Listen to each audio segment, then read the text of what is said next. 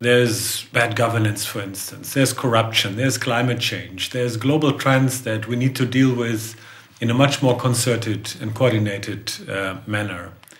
And, working in the field together, that's one thing. But mobilizing the people in our home countries, that's a real challenge. And I think this is what is needed.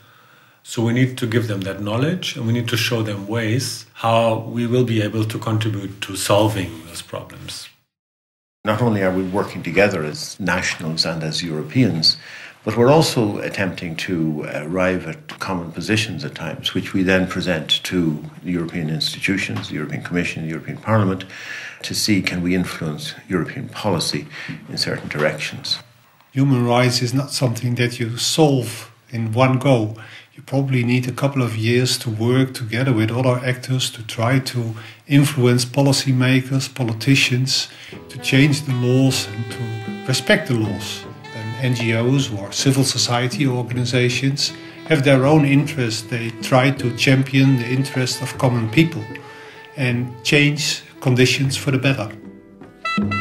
We have 5-6 years been running a joint campaign with Hivos as a lead organization called School is the Best Place to Work, putting the issue of child labor and the need for children to go to school and not to go and work when they're young and should be in school.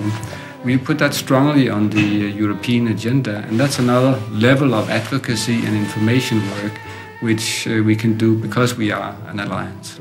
It's sometimes hard to be very definitive about what you achieve in advocacy, but what I think we did achieve in the Stop Child Labour campaign was a much greater awareness of the problems of child labour in developing countries, and in certain cases we did help influence governments both at European level and in developing countries to try and reflect in law efforts to stop child labour. Yo, a dança dos cotas.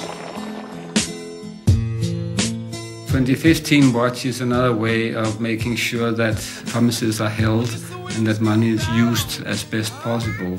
The Watch report is looking at the EU commitments, and we have then used it for making public pressure on the Commission, talking with them directly, having meetings in Parliament where we discuss it and use it at the national level where we are. And that is part of the strength of the alliance.